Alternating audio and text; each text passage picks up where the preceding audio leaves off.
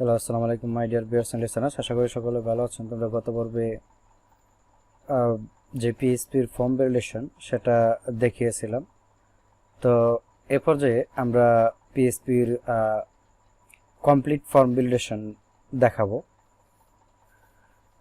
তো চলুন আমরা শুরু করি কমপ্লিট ফর্ম ভ্যালিডেশন। তো সেই জন্য আমি প্রথমে ভ্যালিডেশনের জন্য আলাদা একটা ফাইল করে নিব, যাতে করে আমি সেখান থেকে ভ্যালিডেশন রুলসগুলো রিটার্ন করতে পারি। তো যদি আলাদা ফাইল করতে যাই তাহলে আমার অ্যাপের ভিতরে যে কন্ট্রোলার্স আছে এটার ভিতরে অথবা আলাদা আমি একটা ফোল্ডার ক্রিয়েট করে নিতে পারি। যেমন এখানে এসে একটা ডিরেক্টরি যদি ক্রিয়েট করি, যেটার নাম দিলাম আমি হেল্পার্স নামক একটা ডিরেক্টরি আমি তৈরি করে নিলাম, এবং তার ভিতরে আমি একটা পিএইচপি ক্লাস নিলাম, সেটার নাম দিলাম মনে করেন যে ভ্যালিডেশন। ওকে, এটা হচ্ছে ফর্ম ভ্যালিডেশন, শুধু ভ্যালিডেশন নয়, অথবা student register form validation, student register form validation. Okay, যদিও একটু বড় হয়েছে তারপরও এটা দিলাম। Okay, student register form validation আমি নিলাম এটাকে, এবং এখানে আমি কতগুলো ফাংশন ক্রিয়েট করে রাখবো প্রত্যেকটা ভ্যালিডেশন রুলসের জন্য। তো এই ফাংশনগুলো এক একটা টাইপের জন্য আমি এক একটা নিতে পারি। যেমন আমি যদি ধরেন ফার্স্ট নেমের জন্য নিতে পারি, তাহলে ভ্যালিডেট মনে করেন যে ফার্স্ট নেম। ওকে, ভ্যালিডেট ফার্স্ট নেম। আমি এটার মাধ্যমে ফার্স্ট নেমকে ভ্যালিডেট করব, এটা আমি করতে পারি। তো যদি ভ্যালিডেট ফার্স্ট নেম করি, তো অবশ্যই এই ফার্স্ট নেমের মধ্যে যেটাকে আমি ভ্যালিডেট করব সেটা অবশ্যই এখানে আসবে। সো আমি এখানে ধরে নিলাম ডাটা, অথবা আমি দিতে পারি যে কোনো কিছু আমি নিতে পারি, ডাটা, অথবা বলতে পারি আমি যে পোস্ট। ওকে, এরকম অনেক কিছু আমি বলতে পারি। তো আমি আপাতত টেক্সটও বলতে পারি, মানে অনেক কিছুই বলা যায়। তো আমি আপাতত ডাটা নিলাম। এখন ডাটা নেওয়ার পরে আমি এই ভ্যালিডেশনটার যে এই ডাটাটাকে প্রথমে ধরব। তো মনে করেন যে আমি এই ডাটাটাকে আমি মনে করেন যে দিলাম ডাটা 1 ইকুয়াল টু, অর্থাৎ এটা হচ্ছে ডাটা 1। এই ডাটাটাকে আমি প্রথমে মনে করেন যে ট্রিম করে নিলাম। ওকে, আমি ট্রিম করে নিলাম এই ডাটাটাকে। তাহলে ট্রিম করার পর এই ডাটাটাকে আমি কোথায় পেলাম? এই ডাটা 1 এর ভিতরে। ওকে, এই ডাটাটাকে আমি ডাটা 1 এর ভিতরে পাইলাম। আবার ডাটা দিলাম 2। এখন আমি আবার মনে করেন যে ট্রিমের পরিবর্তে এখানে দিতে পারি যে ট্রিপ স্ল্যাশেস, এটা দিতে পারি। দেওয়ার পর আমি কাকে ধরবো? ট্রিপ স্ল্যাশেস করব, এটা হচ্ছে ডাটা 1 কে। যেহেতু আমি ডাটাকে প্রথমে ট্রিম করে নিয়েছি, অর্থাৎ ফাঁকাগুলোকে আমি দূর করে দিয়েছি, তারপরে আমি ডাটা 1টাকে আবার স্ট্রিপ স্ল্যাশেস করে দিলাম। তারপরে আবার এটাকে মনে করেন দিলাম ডাটা 3, এবং এই ডাটা 2টাকে আমি কি করলাম? এখানে HTML স্পেশাল ক্যারেক্টারে দিয়ে দিলাম, HTML স্পেশাল ক্যারেক্টার্স। ওকে, তো তাহলে এখন আমার এটা চলে আসলো ডাটা 3তে। এবার আমি রিটার্ন করব। এটা হচ্ছে মানে ডাটাটাকে আমার পিওর করে দিবে যে আমার ডাটা ঠিকঠাক আছে কিনা, এটাকে দিবে। এখনো আমি ভ্যালিডেশন চালাই না, এটা শুধুমাত্র আমার লেটেস্ট যে ডাটাটা, এই ডাটা 3টাকে রিটার্ন করবে। তো আমি শুধুমাত্র এটাকে কি করেছি, যে আমার যে ডাটাটা, এটাকে আপাতত যে ইনপুট দিয়েছে, ইউজার যে ইনপুট দিয়েছে সেটাকে পিওর করে নিয়েছি, ফিল্টার করে নিয়েছি। তারপরে আমি ভ্যালিডেশন চালাবো যে ডাটা আমার এই কয়টা সংখ্যায় হবে, বা শুধু কি অ্যালফাবেট নেবে নাকি নাম্বারও নেবে। যেমন ফোন নাম্বারে কোনো অ্যালফাবেট বা অক্ষর দেওয়া যাবে না, নাম্বার দিতে হবে। তারপরে হচ্ছে আপনার ডেট অফ বার্থের মধ্যে কোনো টেক্সট দেওয়া যাবে না, নেমের মধ্যে কোনো ডিজিট দেওয়া যাবে না, শুধুমাত্র অ্যালফাবেট বা লেটার্স দিয়ে লিখতে হবে। এই যে এই বিষয়গুলো আমরা ভ্যালিডেশন চালাবো। তো এখন আপাতত এটাকে ডাটাটাকে আপাতত ফিল্টার করে নিলাম। তো এখন কথা হচ্ছে এই যে ডাটা 1, তারপর আবার ডাটা 2, ডাটা 3, তা আমি এক কাজ করতে পারি, এটাকে একবার আবার ডাটা বলে দিতে পারি, এটাকেও ডাটা বলে দিতে পারি, এটাকেও ডাটা বলতে পারি, আর এগুলোকেও ডাটা বলে দিই, এগুলোকে ডাটা আমি বলে দিতে পারি। তো এখন হয়েছে কি, বিষয়টা হচ্ছে এরকম যে এই ডাটাটা আমি ট্রিম করেছি এই ডাটাতে, আবার এই ডাটাটাকে আমি স্ট্রিপ স্ল্যাশেস করেছি এই ডাটাতে, আবার এই ডাটাটাকে HTML ক্যারেক্টার নিয়েছি এই ডাটাতে, আর এই ডাটাটা আমি রিটার্ন করেছি। ওকে, তো এটা হচ্ছে এই ওয়েটা। তো এখানে এটা বলতেছে যে ইনলাইন ভেরিয়েবল, অর্থাৎ আমি একবারই এটাকে রিটার্ন করে ফেলতে পারতাম, এটা ইনলাইন ভেরিয়েবল মানে হচ্ছে একবারই রিটার্ন করে ফেলতে পারতাম। তো আমি আপনাদের সুবিধার জন্য এটা এভাবেই রাখলাম, আপনি ইচ্ছা করলে পুরোটাকে একবারও করে দিতে পারেন। ওকে, পুরোটাকে একবারে করে দিতে পারেন। তো পুরোটাকে একবারে কিভাবে আমি দেখাই, আমি এগুলোকে কমেন্ট করে দিই। পুরোটাকে একবার কিভাবে, এই যে আমার ডাটাটা, অর্থাৎ যে ডাটাটা আমি রিসিভ করলাম এই ডাটাটাকে প্রথমে আমি ট্রিম করব, রিটার্নের পরে আমি ট্রিম করে আমি ডাটাটাকে দিয়ে দিলাম।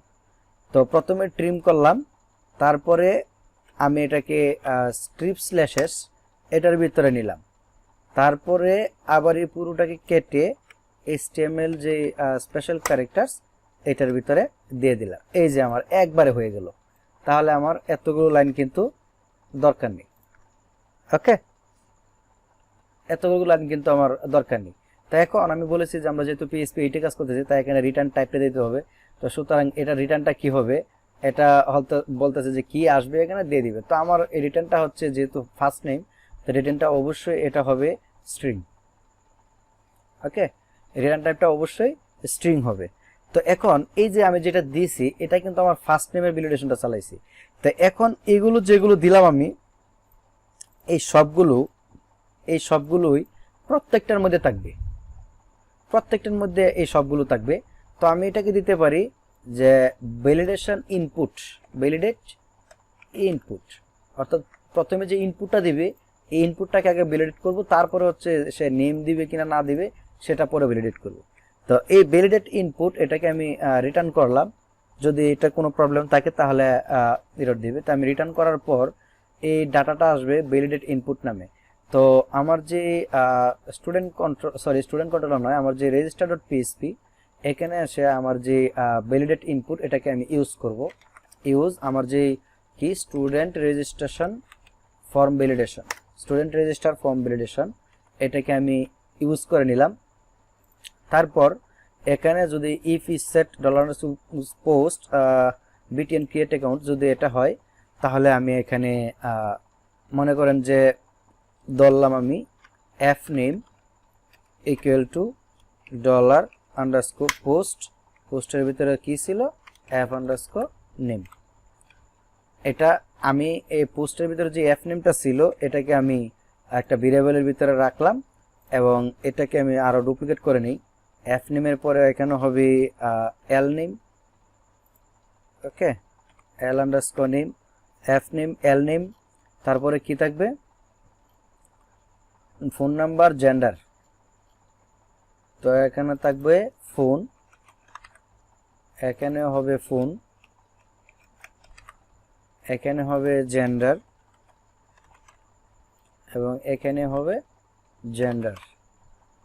তারপরে কি আছে দেখি, জেন্ডারের পরে আছে user name, email, password, confirm password. So এখানে ইউজার নেম, এখানেও ইউজার নেম, তারপরে হচ্ছে ইমেল, এবং এখানে হচ্ছে ইমেল, এখানে হচ্ছে পাসওয়ার্ড, এখানেও পাসওয়ার্ড, আর একটা হচ্ছে C_পাসওয়ার্ড, এখানেও C_পাসওয়ার্ড, অর্থাৎ কনফার্ম পাসওয়ার্ড। দেখি আমরা ঠিকঠাক আছে কিনা, ইমেল, পাসওয়ার্ড, হ্যাঁ এই যে C_পাসওয়ার্ড মানে কনফার্ম পাসওয়ার্ড। তাহলে আমরা ডাটাগুলোকে নিলাম, এবং এই প্রত্যেকটা ডাটাকে আমরা আপাতত ভ্যালিডেট ইনপুট যেটা আছে এটার ভিতর আমরা রেখে দিব। ওকে, প্রত্যেকটা ডাটাকে আমরা রেখে দিব, Ctrl+X, এটাকে আমি রেখে দিব আমার যে ভ্যালিডেট, এটা কিসের ভিতরে আছে, আমার আছে যে স্টুডেন্ট রেজিস্ট্রেশন ফর্ম ভ্যালিডেশন, এটার ভিতরে আমার যে এই যে ভ্যালিডেট ইনপুট, এটার ভিতরে আমি এটাকে রেখে দিলাম। তো এটা চলে আসবে আমার এফ নেমে। ওকে, আমার এফ নেমে চলে আসবে। তারপরে এই প্রত্যেকটাকে ঠিক আমি একইভাবে প্রয়োগ করব। সো আমি এক কাজ করতে পারি যে এত বড় একটা এই ফাইলকে আমি একটু ছোট করে দিই। মনে করেন যে এটাকে অ্যাজ হিসাবে ধরে নিতে পারি, এলিয়াস হিসাবে, মানে এটার উপনাম দিব আমি অ্যাজ, মনে করেন দিলাম রেজিস্টার ফর্ম। ওকে, এটা ধরে নিলাম, রেজিস্টার ফর্ম হিসেবে ধরে নিলাম। তাহলে এখানেও আমাকে এটাকে রেজিস্টার ফর্ম হিসেবেই ব্যবহার করতে হবে, কারণ এর নামটা আমি রেজিস্টার ফর্ম দিয়েছি। ওকে, তো রেজিস্টার ফর্ম ভ্যালিডেট আমি আবার এটাকে কেটে দিয়ে আমি দেখি যে আসে কিনা, অথবা এইখানেও দিতে পারি। ওকে, তো আমি সবগুলো নিয়ে নিলাম।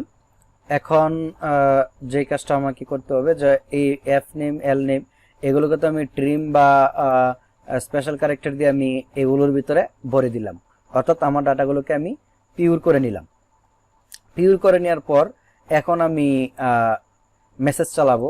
তো এখানে প্রথমে আমি বলে দিই আমার যে একটা এরর মেসেজ, একটা ভেরিয়েবল হিসেবে বলে দিতে হবে আমি ডলার এরর্স, অথবা এরর মেসেজ যেটাই বলি যে আমার এরর্স ইকুয়াল টু একটা এমটি অ্যারেতে পরিণত হবে। এই এরর্সটাকে আমি একটা বাই ডিফল্ট এমটি অ্যারে করে নিলাম। ওকে, তো এই এরর্সটার ভিতরে পরে আমি কি জেনারেট করব এবং ভ্যালু জেনারেট করে দিব। এবার আমি আমার যে ফার্স্ট নেম মানে এফ নেম, এটাকে ভ্যালিডেশন করব। কন্ট্রোল সি দিয়ে কপি করে নিচ্ছি। তো আমি ভিডিওটাকে লম্বা না করে এটাকে কয়েকটা পার্টে ভাগ করে নিই। সো আজকে এই পর্যন্ত রাখতেছি। পরবর্তী পর্বে আমরা যেই এই নেমগুলোর যে ভ্যালিডেশন, এগুলো আমরা চালাবো। তো ততক্ষণ আমার ভিডিওগুলোর সঙ্গে থাকুন, এবং যারা নাকি এখন আমার চ্যানেলটি সাবস্ক্রাইব করেননি, ভিডিওগুলো যদি ভালো লেগে থাকে তাহলে আমার চ্যানেলটি দয়া করে সাবস্ক্রাইব করে নিন।